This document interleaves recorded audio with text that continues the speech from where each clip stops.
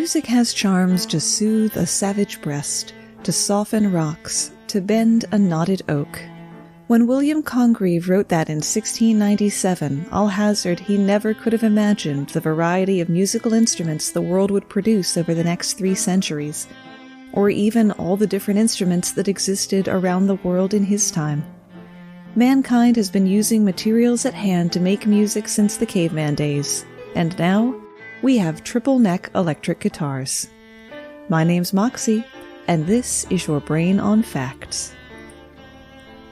If you've ever found yourself wishing for an episode with more sound effects and intricate editing, you're in for a treat today. From simple flutes to enormous self-playing art installations, the breadth of the heading musical instruments is enormous. This is another one of those topics where I had to decide where to draw the line, what makes the list and what doesn't. Some instruments are machines, some are sculptures, some are one-off inventions just to see if the designer could. All of them are instruments in their own right, even if they don't make the list. There are 4 main types of musical instruments, or 5 depending on who you ask. Percussion, woodwind, string, brass, and keyboard. Each appearing as mankind's ability to work different materials evolved. Like the soundtrack for Fiddler on the Roof, let's start with tradition.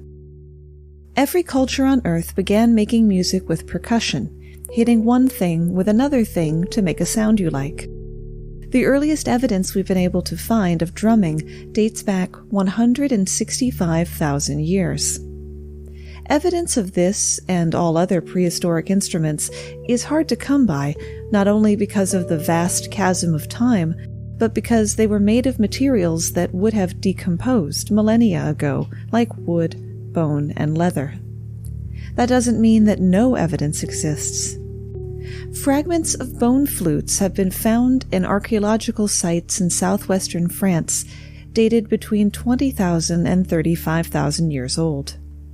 They showed evidence of being used extensively, with the finger holes having been burnished smooth by the player's fingers. A very nearly complete bone flute was found in Germany, and was nearly twice as old as the ones in France. Slightly older still was a flute made from a cave bear femur, on which archaeologists found evidence of chewing by the ancestors of modern hyenas. This flute may have been carved by Neanderthals, expanding scientific opinion about what they were capable of. Full and intact bone flutes have been found in the Yellow River Valley of China, dating back some 8,000 years. They're the oldest playable instruments ever found, and luckily for us, someone recorded one. The recording doesn't sound so great, but just think that someone in our time is playing the self-same flute that a man or a woman played not 8 centuries ago, but 8 millennia ago.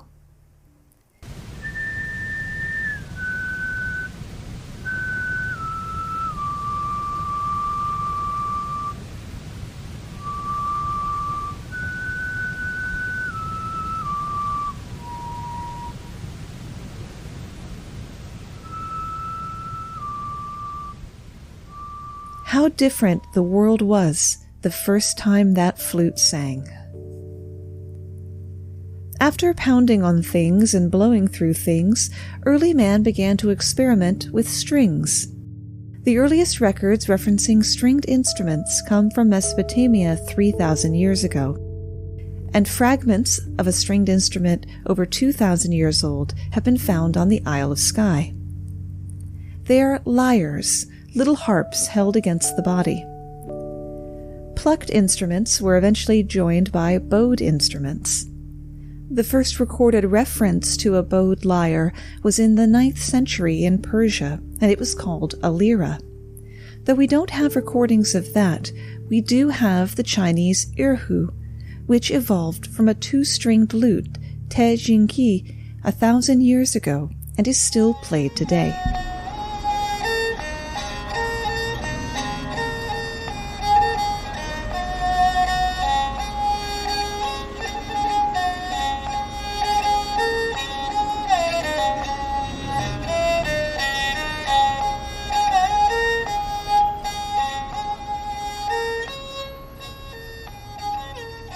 Over in the brass section, a pair of ornately engraved trumpets from Pharaoh Tutankhamun's tomb are believed to be the oldest playable trumpets in the world at over 3,000 years old.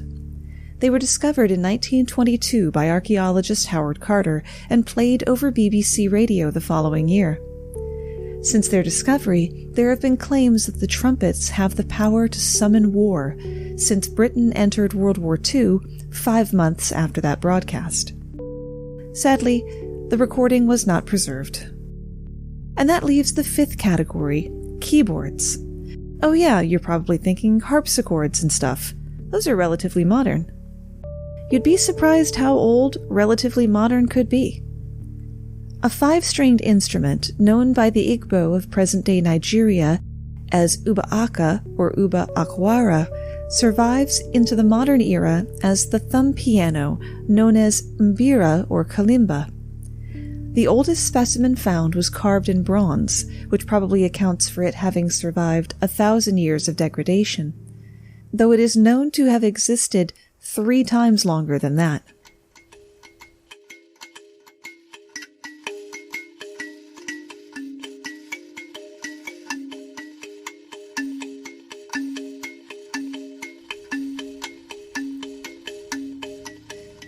This oldest example is a medium-sized circular instrument with 8 bronze keys and carved with intricate patterns.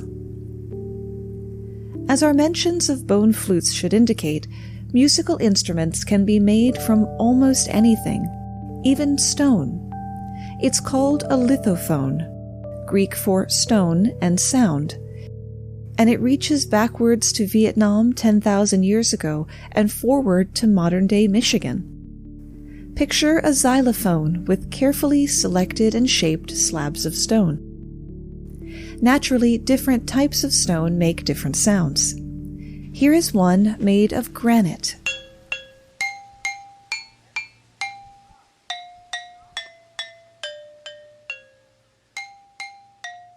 And another made from limestone.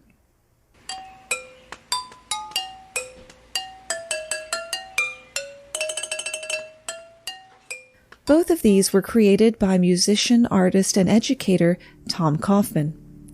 You can learn more about his musical sculptures at tinkertunes.com. If hard things aren't your style, what about carving your next instrument out of a carrot, a head of lettuce, or an aubergine?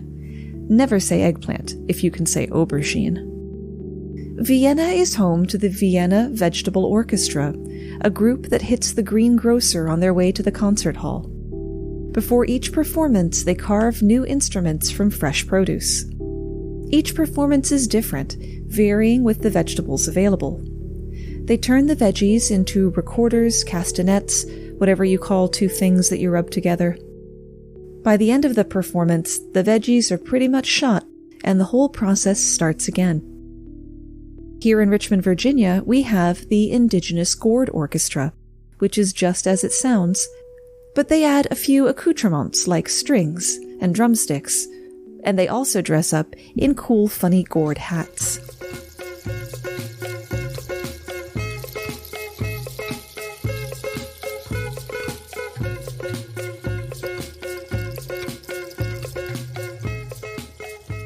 You can wash down those veggies with a cool beer, while you listen to the beer bottle organ. This invention is the product of an instrument accessory company and was created exclusively with Guinness bottles to celebrate their 50th anniversary.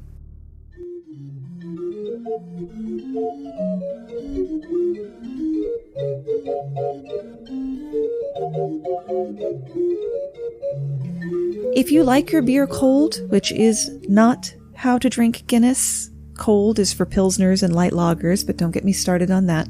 There's an entire festival with instruments made of ice. Just like those who make music with produce, musicians at the Ice Music Festival in Norway work with a team of ice carvers to prep their gear. You can't use just any old ice for this. Last year, ice carvers selected the frozen waters of Lake Finse as well as a nearby glacier as their material of choice. Armed with chainsaws, chisels, and hammers, they're tasked with the finger-numbing process of fashioning blocks of ice into guitars, woodwinds, keyboards, and drums. Even the stage is carved out of ice.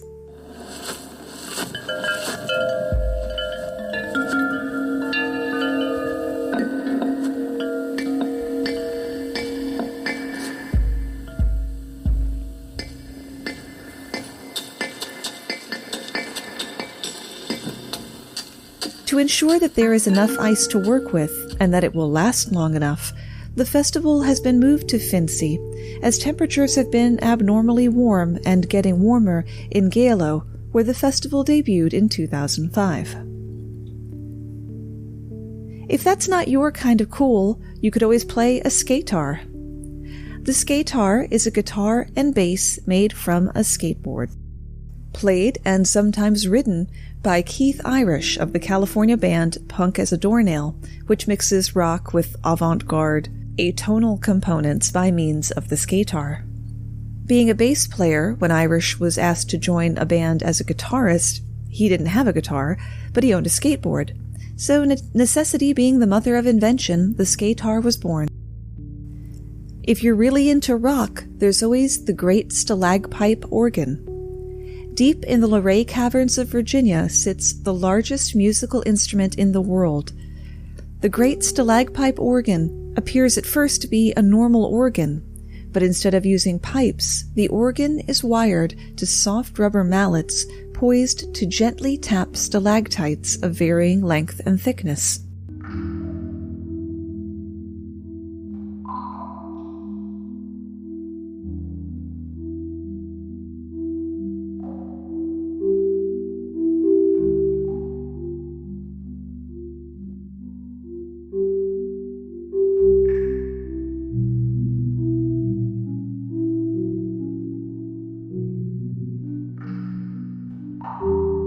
When the keyboard is played, the entire subterranean landscape becomes a musical instrument. In order to achieve a precise musical tone, stalactites were chosen from a range of over 3.5 acres, but due to the enclosed nature of a cave, the full sound can be heard anywhere. The organ was invented and built in 1954 by Leland Sprinkle, a mathematician and electronic scientist, and it took him over 3 years to complete it. If you'd prefer something a little more delicate, perhaps an instrument made of glass, please welcome this week's guest presenter from the podcast Archivists Bet on Sexy Witches. Hello, my name is Elizabeth Gray, and I am the head hontress of the podcast Archivists Bets on Sexy Witches. I'm usually talking genre from a geek girl's perspective, but today I get to talk about my little-known passion for collecting unusual musical instruments. Specifically, Moxie has asked me to talk about the glass harmonica. Now, that is harmonica with a capital A and not harmonica with an H. This is a common mix-up you see all the time, even on its wiki page. In 1791, founding father Ben Franklin went to a concert that highlighted a glass harmonica player. That is someone who plays the rim of crystal wine glasses tuned with water. This had Franklin intrigued. He wondered if he could create a glass instrument that would not need so much moisture to work. He found you could make sounds with hand-blown crystal bowls of different sizes, which then could be inset to manipulate tone and pitch. These bowls would have a donut-like hole in the center. He then attached these glass bowls to a wheel, which could be spun, and the glass harmonica was born.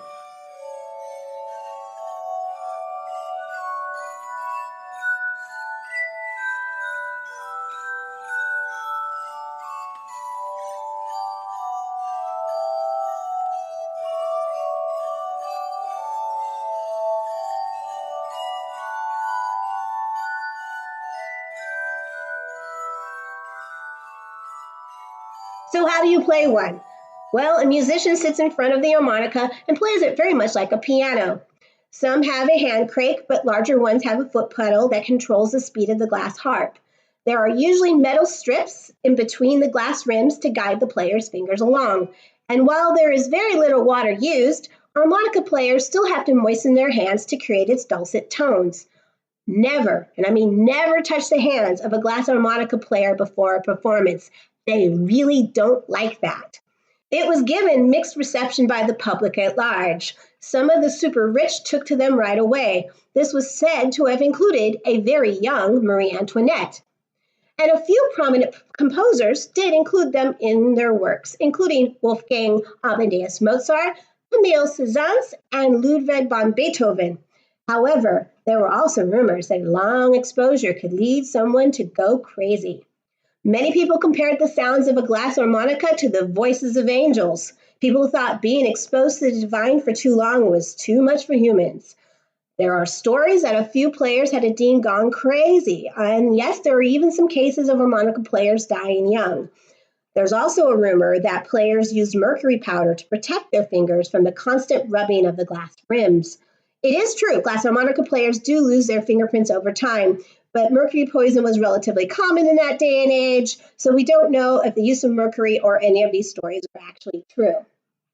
By the early 1800s, the glass harmonica had already fell out of fashion for various reasons, not the least of which was how fragile the glass instrument could be. But there are a few people around the world that still play a glass harmonica. You can even hear one to this day in the score of the Best Picture winner, A Shape of Water. So thank you for listening to me today about glass harmonicas. I want to thank Moxie for letting me talk about this truly all-American instrument, and hope you join me for my Season 5 premiere of Archivists Bets on Sexy Witches. It'll be live Tuesday, January 22nd at 9 p.m. Eastern Standard Time on Blog Talk Radio. Happy New Year and good film hunting. This is the Head Hauntress. Musical instrument making can get wild, as in wild animal. The charango is a small 10-string lute that originated in South America. The back of the instrument body is traditionally fashioned from an armadillo shell. When the Spanish came to South America, they brought with them the vihuela, an ancestor of the guitar. The native people liked the vihuela, but lacked the technology to shape the wood to make their own. However, there was a convenient resource nearby: armadillos. Thus, the charango was born. It was a happy day for music, but probably a sad day for the armadillos. Though they do joke in the region that an armadillo has to go to a conservatory for at least 5 years to study music before it can become a charango.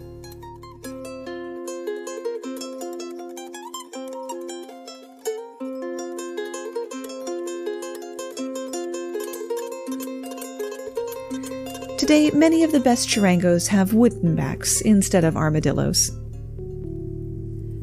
Domestic animals have their place in music too. In the Balkans, there exists a bagpipe called gaida bags, which are usually made of an entire sheep or goat hide. Different regions have different ways of treating the hide. The simplest methods involve just the use of salt, while more complex treatments involve milk, flour, and the removal of the fur. The hide is normally turned inside out so that the fur, if it's left on, is on the inside of the bag, as this helps with moisture buildup inside. Curious what one looks like? Search YouTube for Goat Bagpipe. But be ready, this popular search result hasn't lost its head. Debatably, the wildest example in this category is also one of the strangest instruments out there. You've probably heard them your entire life without knowing what they were called or even what was making that sound. It's a theremin. A theremin is a little wooden box with dials along one side, a loop of metal sticking out one end, and 2 bits of metal rising from the other end. The tone is generated by 2 high-frequency oscillators. The pitch is controlled by the movement of the performer's hand toward and away from the circuit, but never actually touching it. So that's odd enough on its own, let alone when you stuff it inside a dead European badger. Taxidermied into a casual, strolling pose by artist David Cramner. Why? Why not? And a quick tangent here, there is a call on to cull to reduce the population of badgers in England. One of my favorite actors, Brian Blessed teamed up with one of the world's greatest guitar players, Brian May, to make a video speaking out against the cull. It is a parody of Flash Gordon and the old Badger Mushroom meme. Please look it up. Stop everything. I mean, if you're driving, pull over. It's one of the greatest things ever to appear on the internet. Just as there are many materials from which to make instruments, there are many ways to make the sound. Contact and moving air are so passé once you figure out how to make music with fire. The pyrophone, also known as the fire organ or explosion calliope, actually dates back to 1870. It's made of glass tubes of different lengths, like organ pipes, which are fed with a hydrogen or propane flame at the bottom. The airflow is regulated to divide the flames up, each vibrating in its tube to create a different sound.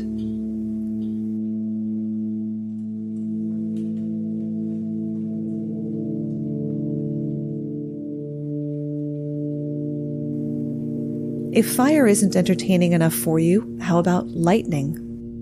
The Zeusophone is a singing Tesla coil. For those who don't recognize the term right off, you know that thing in the Science Museum where you touch the big metal sphere on the top and it makes your hair stand up? Like that, but much bigger and more powerful. It's a variation of the solid-state Tesla coil that's been modified to produce, we'll call them generously musical tones, by modulating the spark output.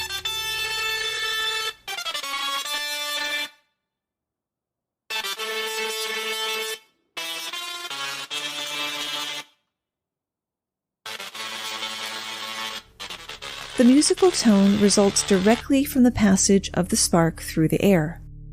Because solid-state coils' drivers are limited to on or off, the sounds produced consist of a square waveform rather than a what's called sinusoidal wave, though it can produce some simple chords. That was a lot to take in, I know, but brace yourself, 'cause there's more and it's even better. Remember last week I said, don't sign up to the Patreon right now? That still holds true, because next week I launch a limited time exclusive special offer. Those who become members of the Your Brain on Facts Patreon during that 2-week period between January 29th and February 12th, which will be our 1-year anniversary, will receive benefits only available for those who sign up during that period. Also, I'm going to be increasing the benefits across the board whenever you sign up. There will now be 2 mini bonus episodes a month, one available for even the lowest tier. What are the other benefits? You're just going to have to wait and find out. Keep an eye on our social media, Facebook or Instagram /YourBrainOnFacts and Twitter /BrainOnFactsPod for more details as we get closer to the launch. Continuing the theme of natural elements, but perhaps something a little more gentle than lightning, we look to the wind in the Aeolian Harp. Named for Aeolus, the Greek god of the wind, the traditional Aeolian harp is essentially a wooden box with a sounding board that has strings stretched lengthwise across 2 bridges. It's often placed at a slightly open window where the wind can blow across the strings to produce sound.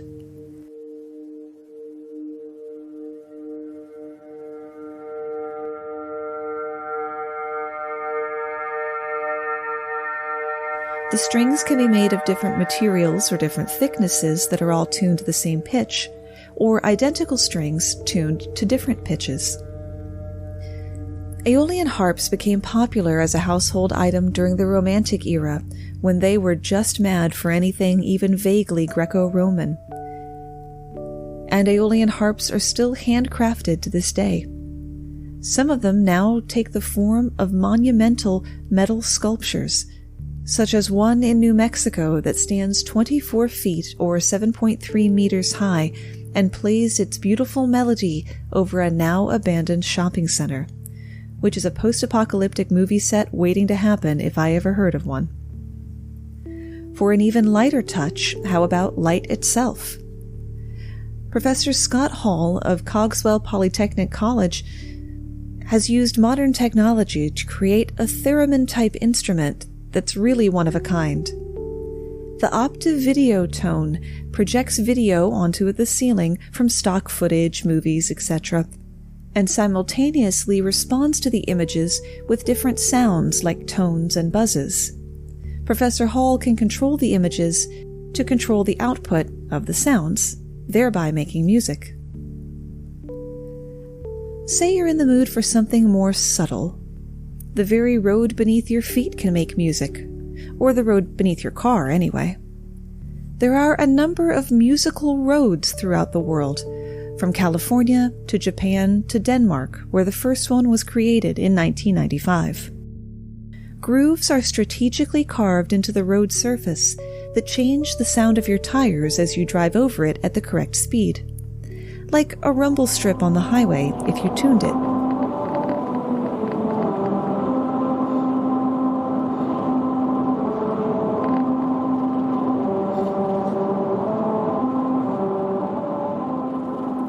Unfortunately for the folks who drive over the musical road in Lancaster, California, a math error led to more space than necessary between the grooves, so their road sounds like this.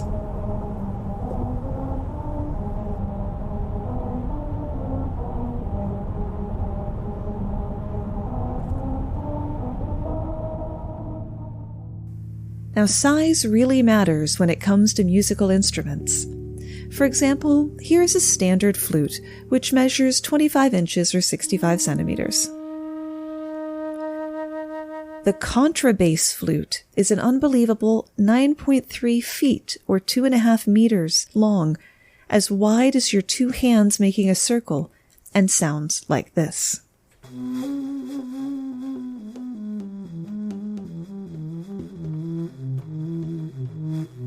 They're so big they can't be held when playing and actually stand on the floor the way a cello does. There's even a double contrabass flute that's twice as long. Check out a contrabass saxophone.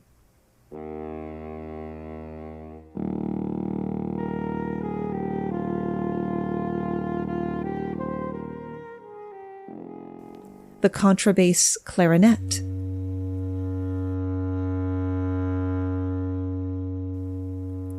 A contrabass trumpet. And the biggest bull fiddle you ever saw, the octobass.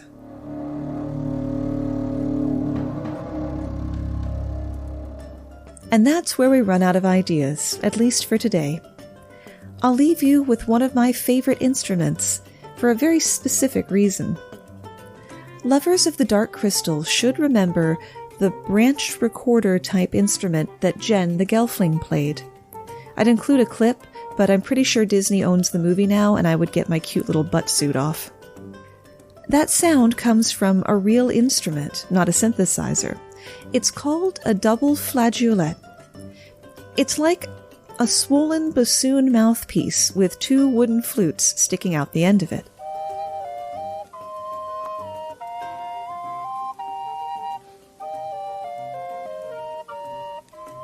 Can't you just see the Valley of the Mystics when you hear that? Thanks for spending part of your day with me. Look for the new tiers and all the new information on January 29th at patreon.com/yourbrainonfact.